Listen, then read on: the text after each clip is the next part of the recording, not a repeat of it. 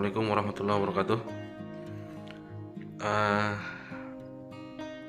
Pada kesempatan kali ini saya akan berbagi sesuatu yang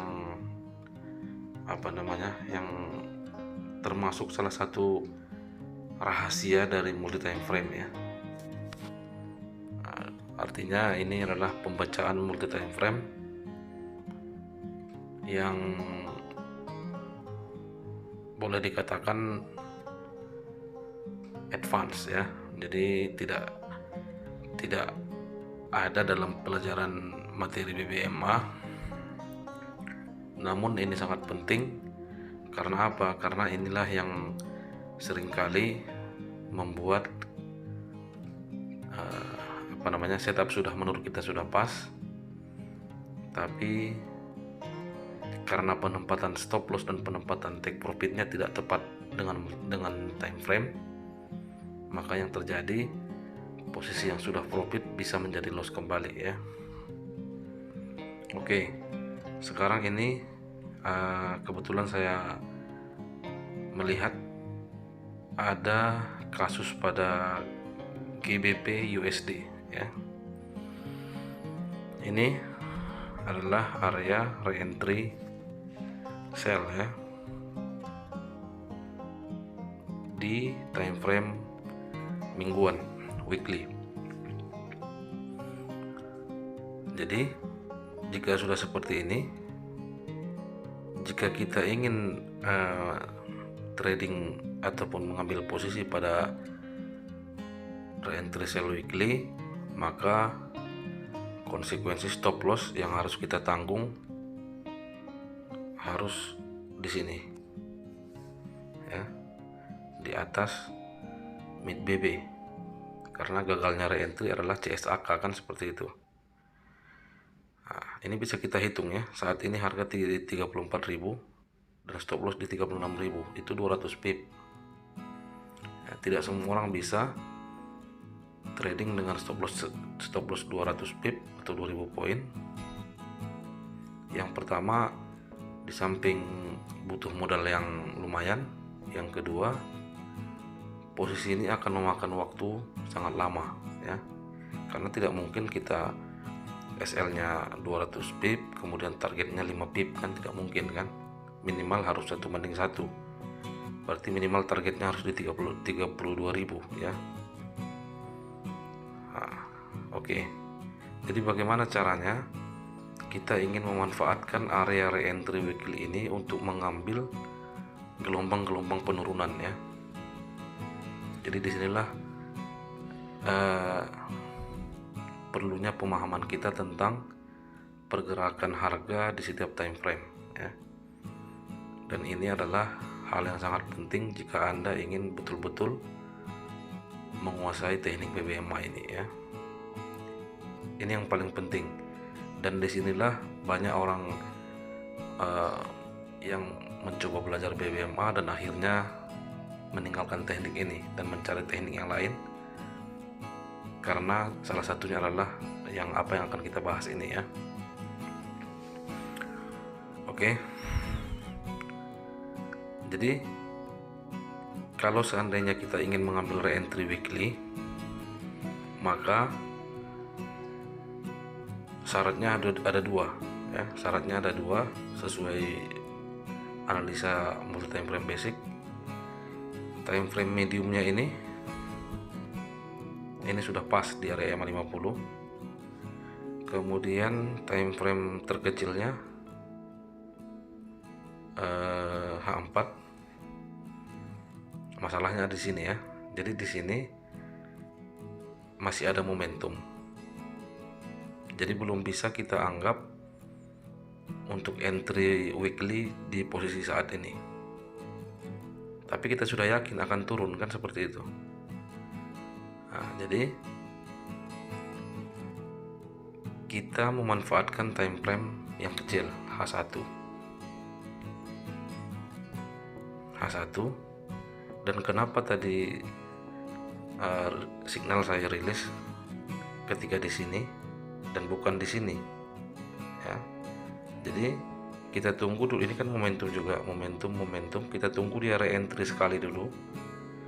Setelah itu kita akan yakin ini akan MHP setelah re-entry, tanpa kita tunggu ekstrim di M15 ya, karena untuk memvalidkan MHP kan harus ada ekstrim. Kita sudah yakin setelah re-entry ini akan MHP. Kenapa? Karena daily ini sudah tertolak di M50, artinya dia sudah turun kembali ke bawah. Tadi pertamanya di ini sudah turun ke bawah M50, kemudian naik lagi ke atas. Yang waktu naik itulah ini tadi, ini candle yang ini, ibaratnya ini kak retest M50 daily ya. Oke, makanya di sini entry-nya, dan targetnya adalah belum bisa kita menargetkan perjalanan weekly ya. Kenapa? Karena H4 masih akan terjadi proses seperti di H1 tadi ya. Dia akan ke sini re-entry, dan di sini penentuannya nanti. Untuk setup weekly penentuannya di sini. Di sini ya.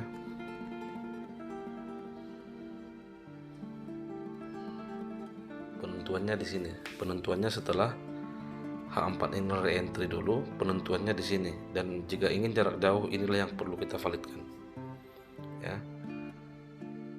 Yang perlu kita validkan adalah MHP H4 nantinya, dan ini harus nanti terjadi ekstrim di H1 ya. Barulah kita bisa memperkirakan dan membuat target yang sesuai dari time frame weekly apabila kita seorang swing trader yang siap menghold posisi minimal 1 atau 2 minggu ya, seperti itu ya. Jadi itulah alasannya kenapa di signal tadi saya tulis alasannya re-entry weekly, tapi targetnya hanya 70 pip ya, karena memang targetnya hanya di MA low H4, dan dari sini dia akan naik lagi untuk MHP. Itu skenario yang paling sering ya. Bisa juga H4 ini re-entry buy-nya gagal, langsung CSA atau CSAK. Nah, ini sudah jelas. Kalau CSAK sudah jelas, tinggal menunggu re-entry-nya, memvalidkan re-entry CSAK-nya nanti ya. Jadi seperti itulah perjalanan dalam memvalidkan re-entry ya. Ini teori yang saya juga sering langgar ya, tapi saya sharingkan kepada Anda semua ilmunya, karena belum tentu saya yang lebih dulu mempelajari BBMA dan sudah trading dalam beberapa tahun dengan BBMA, belum tentu tingkat kesabaran kita sama. Bisa jadi Anda lebih sabar, dan informasi yang saya sampaikan ini bisa bermanfaat untuk analisa Anda ke depan ya. Karena yang membedakan seseorang di teknik BBMA ini bukan yang paling besar itu adalah kesabarannya ya. Makanya kenapa Om Ali itu selalu menyebut dengan 3S, sabar, sabar, sabar ya. Tingkat kesabaran itu berbeda-beda, dan saya sampaikan ilmunya, siapa tahu Anda lebih sabar daripada saya ya. Kira-kira seperti itu ya. Mungkin sudah bisa dipahami alur pergerakan time frame ini untuk memvalidkan re-entry ya. Kasus yang sedang terjadi ini weekly re-entry, D1 sudah kita anggap reject M50, kita pasang sell, kemudian karena ini kita sudah anggap harga tertinggi, dan kita pasang stop loss di sini ya, misalnya targetnya melebihi dari sini ya, lewat dari sini, misalnya targetnya di sini gitu. Ini yang sering SL, ketika dia re-entry, dia naik lagi untuk MHP, kadangkala dia akan lewat dari harga tertinggi ini. Kenapa? Karena untuk membentuk ekstrim di H1 tadi, dan SL kita kena, kira-kira seperti itu ya. Jadi ini yang harus kita pahami. Jika di sini ada momentum, kita masuk, targetnya jangan melebihi re-entry-nya. Nah, kalau ini nanti sudah CSAK atau di MHP valid, barulah kita bisa ngambil posisi target jarak jauh ya. Itu saja mungkin yang dapat saya sampaikan. Semoga ada gambaran yang lebih bertambah gambarannya tentang analisa multi time frame ya. Ini sederhana, tapi ini pengaruhnya sangat besar dalam pengambilan keputusan, terutama dalam penempatan level take profit dan stop loss. Kalau kita paham hal ini, maka kita akan paham di mana kita seharusnya meletakkan target dan di mana kita seharusnya meletakkan stop loss.